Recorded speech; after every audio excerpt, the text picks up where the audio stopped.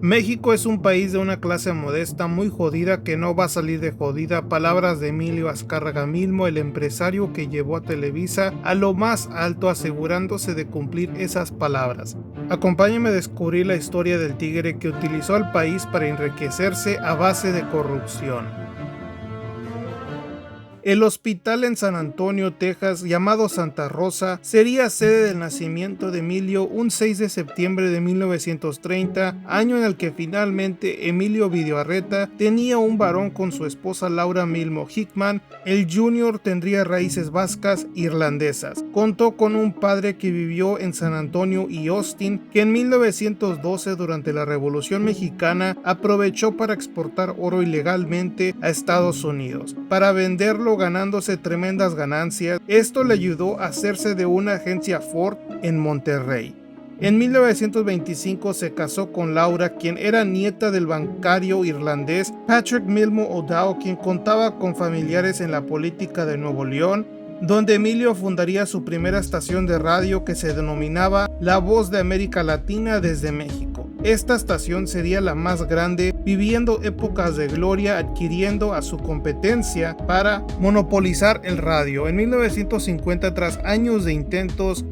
finalmente lograría obtener una concesión para poder lanzar su primer canal de televisión llamado Canal 2, que contó con un alcance en casi todo México. Durante estos años, el Junior estudiaría en el Gabacho, donde no terminaría la academia, motivo por el cual no contó con el apoyo de su padre, quien lo veía como un fracaso por no aprovechar las oportunidades que se le estaban brindando de estudiar. El Junior vendería enciclopedias, que no le daría mucho para sobrevivir, así que le pide a su padre empleo en su estación de radio, donde tuvo estabilidad financiera que lo llevó a casarse con María Regina, quien falleció 8 meses después junto con su hija al sufrir constantemente de epilepsias que se debían gracias a que tenía un tumor en el cerebro. Tras su muerte, el Junior se endureció, marcando su vida personal y laboral, que le otorgó tener un romance con la actriz del momento, Silvia Pinal, meses después de la muerte de su esposa. El viudo llegaría al Canal 2, donde creó el programa Super Remate de Autos, que fue el comienzo de muchos programas a futuro, que era brillante para el viudo, que sería el máximo heredero de su padre, que es así que fundó el Club de los 22,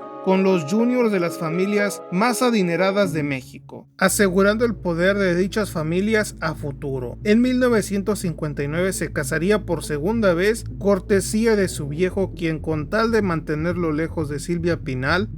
haría los arreglos para unir en matrimonio a su hijo con Pamela de Surmont, que tendría 3 hijas con el ex viudo, que sufrió la pérdida de su hija Paulina, quien se quitó la vida en Francia en 1980 en su adolescencia. Previo a este trágico evento, sus padres se habían divorciado en 1965 debido a infidelidades por parte del Junior, que tenía sus amoríos con las actrices y una francesa llamada Nadine Jean, con la que se casó ese mismo año de su divorcio, y esta le dio su único hijo 3 años después, en 1968.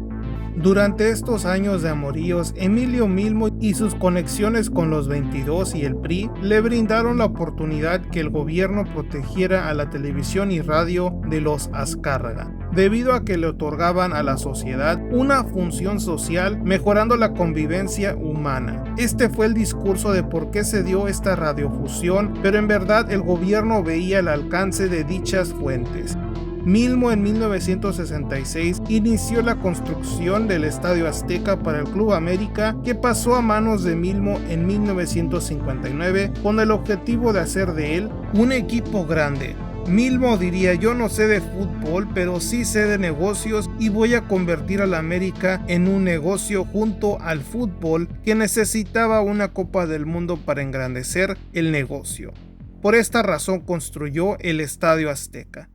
Desde que Emilio Azcárraga Milmo adquirió las Águilas del América, este equipo pasó a ser un protagonista del fútbol mexicano, ganando muchas finales cuestionables para que los emplumados se hicieran de un nombre en el fútbol mexicano. Gracias al poder con el que contaba Milmo Azcárraga, un poder que lo llevó a librar la muerte durante varias ocasiones, desde una caída de un caballo que lo paralizó por un tiempo, hasta misteriosamente no abordar un avión el que llevaba a su cuñado, Fernando Díez Barroso, quien era el favorito del padre de Milmo, que era el que se postulaba para ser el heredero incluso sobre el Junior, que su padre no veía con las capacidades para llevar a la empresa. Qué equivocado estaba el viejo, que observó cómo su hijo en 1967 era nombrado consejero en radio y televisión. Esto le abrió las puertas a controlar toda la información de los medios, que en el masacre de Tlatelolco el gobierno no estaba contento con las notas de otros medios, así que Milmo ahora dictaría qué información sería publicada. En 1970, con la Copa del Mundo, tendría concesión del gobierno para establecer Cablevisión, que generó muchas ganancias a los Azcárraga, que con su vínculo con el PRI, en los noticieros con Miguel Alemán Jr. y Jacobo Zabludovsky juntos atraerían a muchos espectadores que consumían todas las formas que se les presentaba, sin cuestionamientos, gracias a que los periodistas contaban con mucha credibilidad. El público no se imaginaba que estos periodistas eran simplemente unos títeres. Esta fórmula de trabajo ayudó a establecer la autoridad del PRI, que ayudó a los Azcárraga a consolidar su monopolio privado, que siempre apoyó al PRI al declarar que estaba bajo las órdenes de su jefe, el presidente, y que formaba parte del sistema, gracias a formar parte del Club de los 22, que tras la muerte de Emilio Azcárraga Videarreta, el Junior, apodado ahora el Tigre, asumía el control absoluto en 1972 de todo el monopolio de su padre. Milmo, como hombre de negocios, veía que necesitaba impulsar a los actores de sus producciones televisivas. Por esta razón adquirió la revista Teleguía, que su dueño Carlos Amador fue presionado a vender su empresa al Tigre, que fusionaría todas las empresas de su padre. Este cambio le dio un crecimiento brutal a Televisa, que tenía la tarea de educar al pueblo mediante sus novelas. Esto le ganó el premio de Savior of the Earth por su buena fe, que era plan con maña, pues el gobierno fue el que obligó a Televisa a producir novelas como Ven Conmigo, que fue la primera en 1975, producida por Irene Sabido, que producía Acompáñame en el 77 y Caminemos en 1980. Estas novelas eran las que estarían encargadas de educar a México, que tenía como la máxima proveedora de su entretenimiento, que era racista, con cuentos de hadas escapistas y clasistas. Esta era la visión del Tigre que le aprendió a su padre, que odiaba mostrar morenos,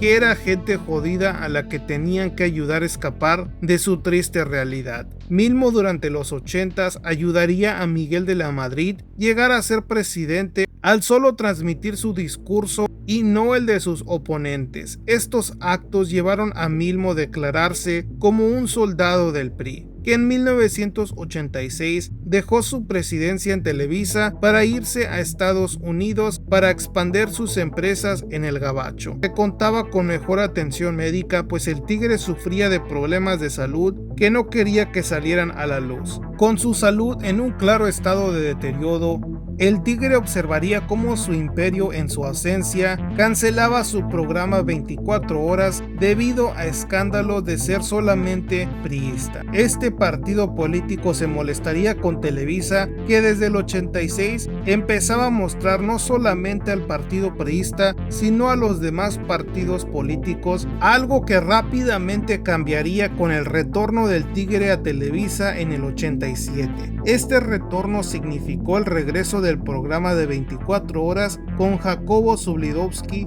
que trabajó a desprestigiar a los demás candidatos a la presidencia que llevaban ventaja en el 88. Pero la caída del sistema, dándose los resultados una semana después de lo acordado, que le dieron la presidencia a Carlos Salinas de Gortari, que era acusado de robarse las elecciones. Pero Televisa ayudaría a distraer al país. Además de ayudar a Salinas con su imagen, la televisora le ayudaba con sus deseos al darle un catálogo de todas sus actrices de la televisora, que en este catálogo la estelar sería Adela Noriega. La fama de Televisa era como tal el burdel más grande de México, pues el Tigre, tipo con un carácter arrogante, no toleraba que sus empleados, a los cuales veía como su propiedad, se equivocaran, mucho menos desobedecieran sus órdenes, que eran la ley. el Tigre en sus últimos años, con la muerte de Luis Donaldo Colosio y la crisis económica causada por Salinas de Gortari,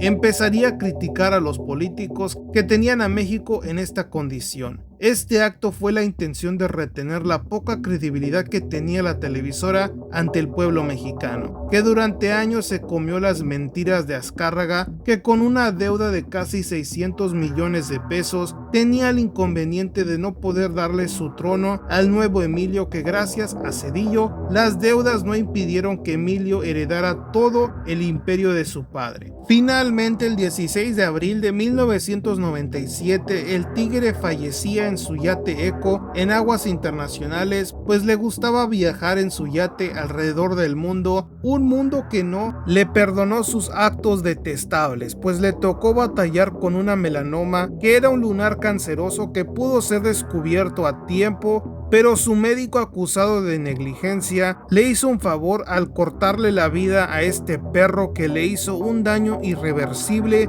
a México en el tema político y en el entretenimiento, al educar a la población con sus ideologías machistas, racistas, que jodieron a esa clase media que, como dijo, él tenía que sacarlas de su triste realidad para manipular a sus espectadores a creer en el sistema, que continúa a su hijo con mucho orgullo siguiendo el legado de su padre al pie de la letra.